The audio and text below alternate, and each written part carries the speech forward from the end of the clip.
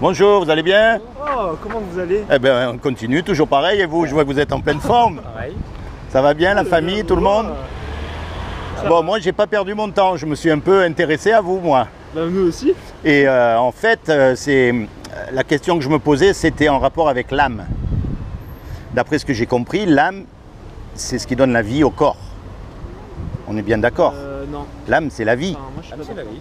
L'âme, Ah oui. c'est la vie. Ah oui, oui. On l'âme, est c'est la d'accord. vie, ouais. Mais quand le corps meurt, les témoins de Jéhovah, d'après ce que j'ai compris, disent que l'âme, elle meurt aussi. Alors, D'accord? Oui, ben justement, c'est là où j'ai trouvé un truc. on va essayer de le prendre en même temps. Eh ben voilà, Oh, vous avez allez-y. une Bible aujourd'hui. Superbe. Vous posez une question. Mais quand je vous dis que je me renseigne, je fais pas semblant, moi. Alors moi, ce que j'ai trouvé, d'accord, allez dans Matthieu 10, 28. Vous allez voir.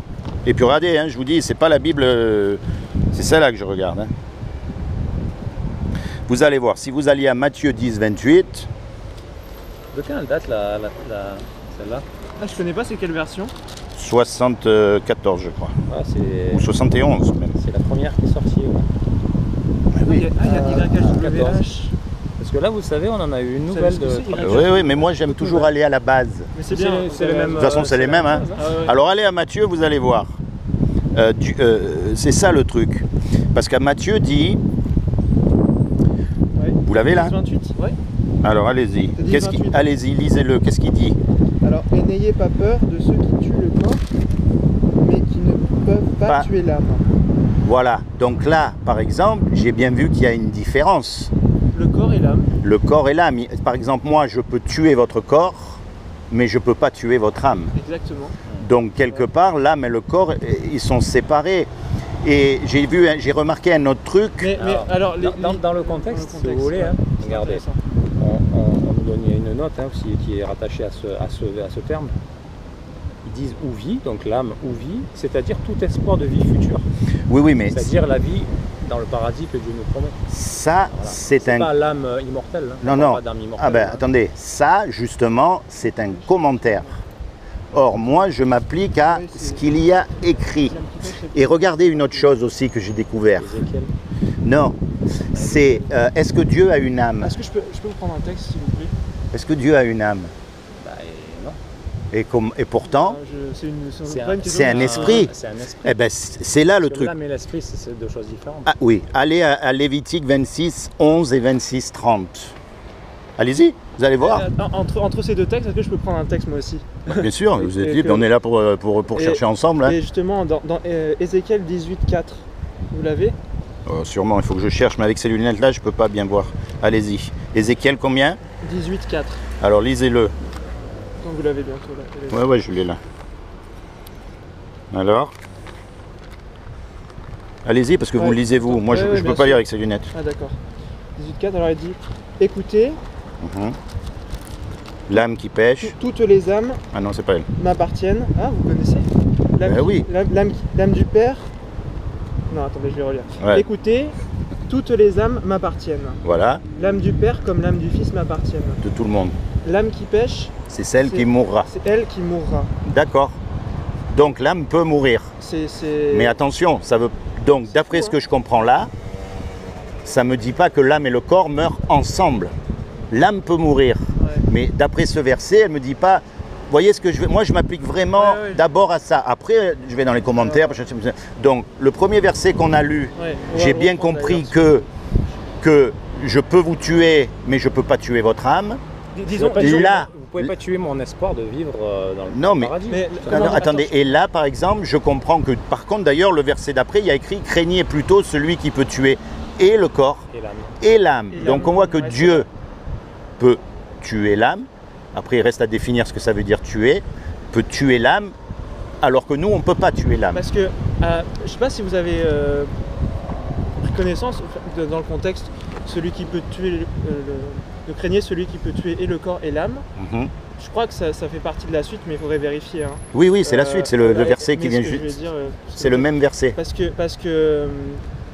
que celui qui peut détruire et le corps et, Et l'âme, dans la GN, il y a c'est marqué. dans la GN. Oui. Et donc ce terme GN, Oui, quel est l'être humain qui peut détruire dans la GN?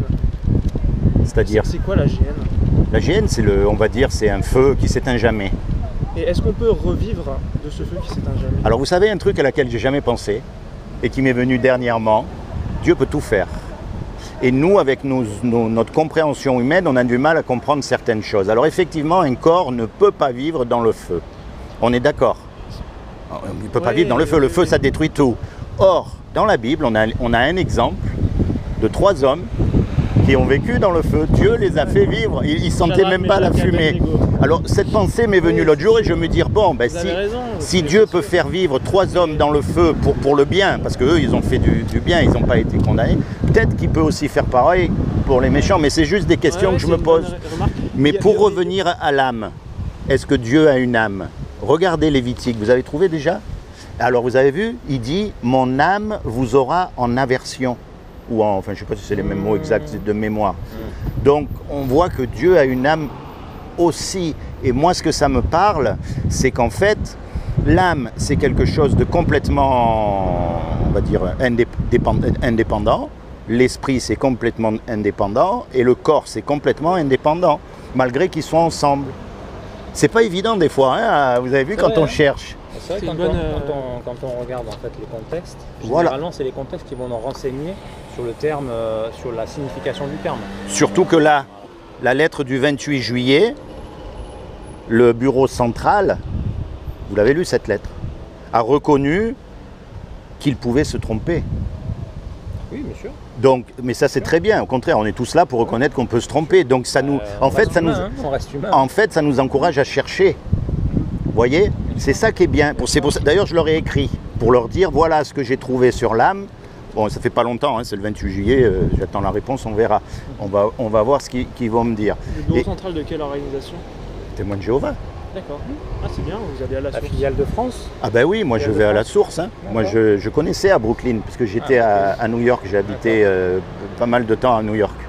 Et donc oui, j'ai écrit, mais quand j'ai des questions à me poser comme ça sur la Bible, parce que je sais, il y a les commentaires, il y a les revues, il y a les livres, et quelque part, ça nous fait un peu tous penser pareil, et ça nous freine un peu de chercher nous-mêmes. Ouais, mais quand on trouve des versets comme ça, alors moi je dis, bon, voilà, je pose une question. Parce que le but, en fait, le but de ma démarche, c'est pas de juger, c'est pas de condamner, c'est pas la confrontation, c'est parce qu'en fait, je vous aime. Non, mais c'est sérieux. J'ai une démarche d'amour et je veux vraiment que vous rencontriez le salut, que vous soyez sauvés quand Jésus revient. Je veux dire, comme tout le monde, vous et les autres. Et si vous regardez bien dans la Bible, Dieu a fait parler une ânesse. Avec le prophète Balaam, on est d'accord. Il a utilisé une ânesse, il y a donné la parole pour confondre la sagesse d'un prophète. Eh bien, imaginez que moi, je suis un âne.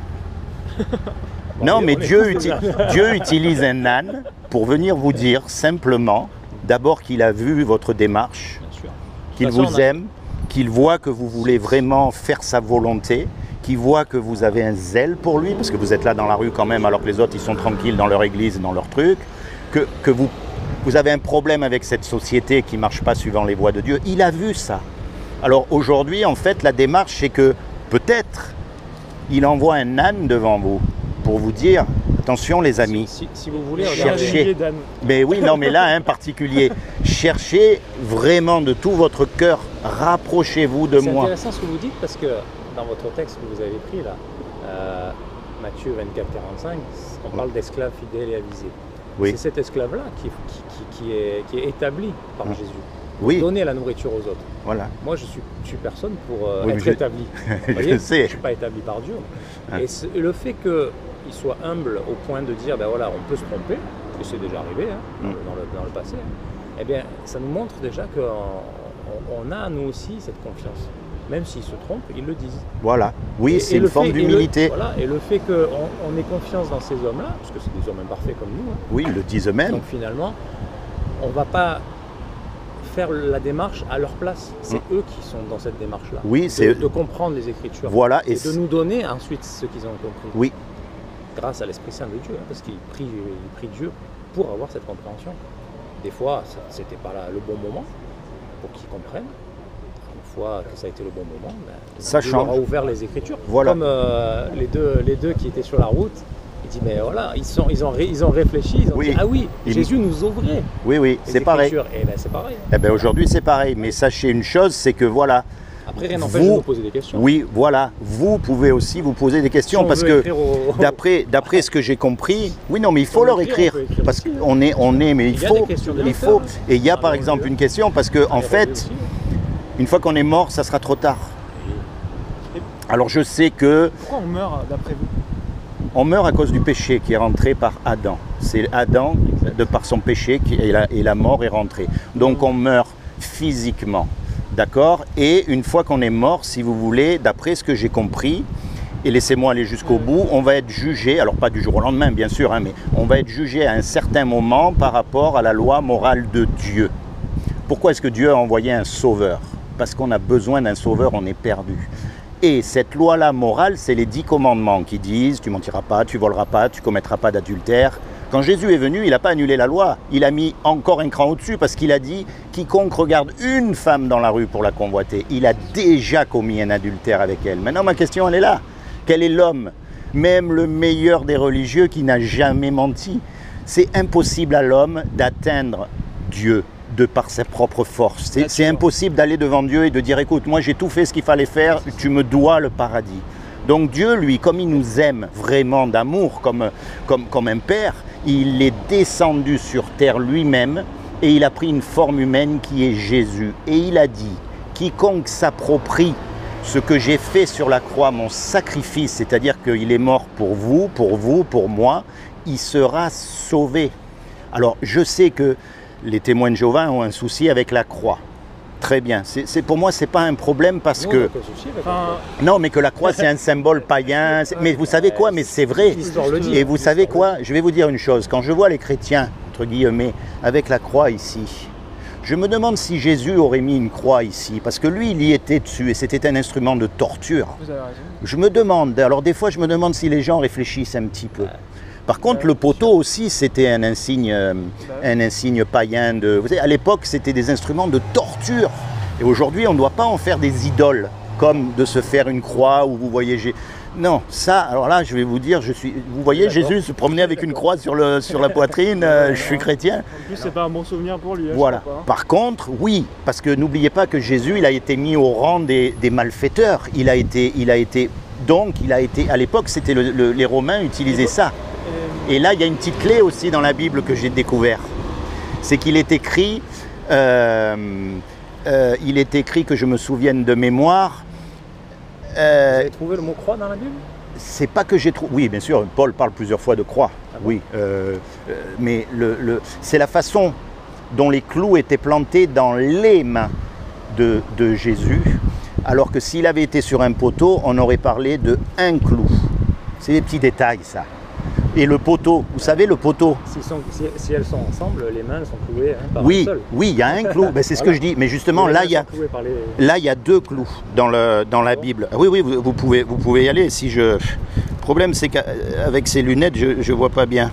Je ne sais plus où je l'ai écrit. Ouais, non, mais c'est parce que voilà, c'est des tout petits détails. Parce que moi, je suis une petite tête de mule.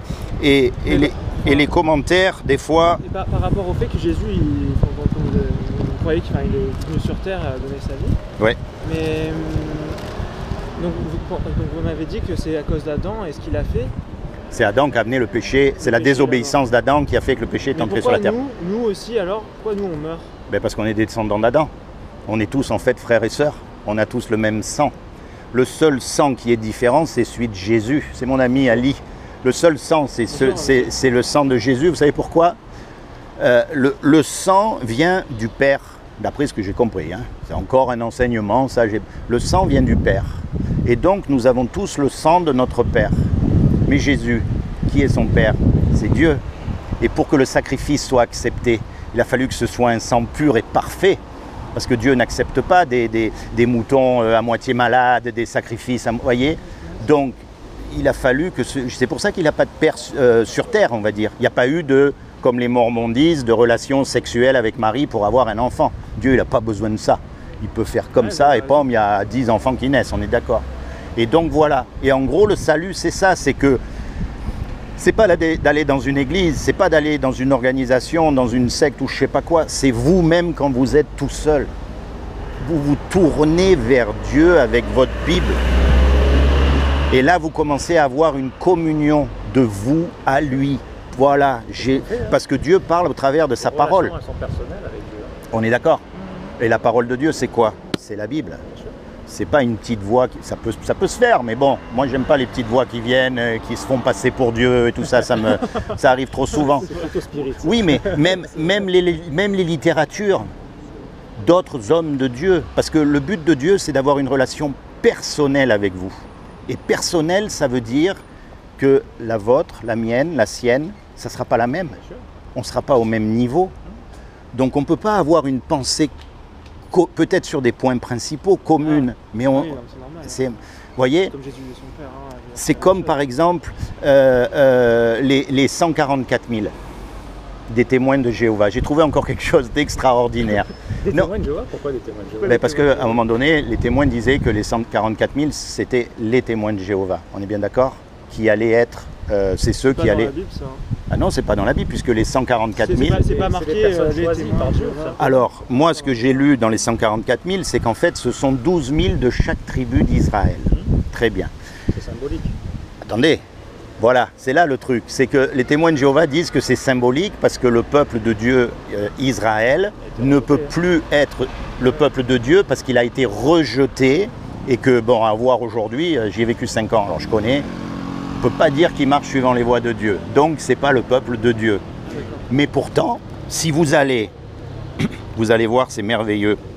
Parce que je vais vous dire, et d'ailleurs c'est logique, si vous avez des enfants et qui ne vous obéissent pas, et qui commencent à faire n'importe quoi, est-ce que vous allez vraiment, vraiment arrêter de les aimer et les renier? Bien sûr que non. Voyez, votre amour pour eux, il sera toujours incommensurable. Allez à Zacharie 10, 6.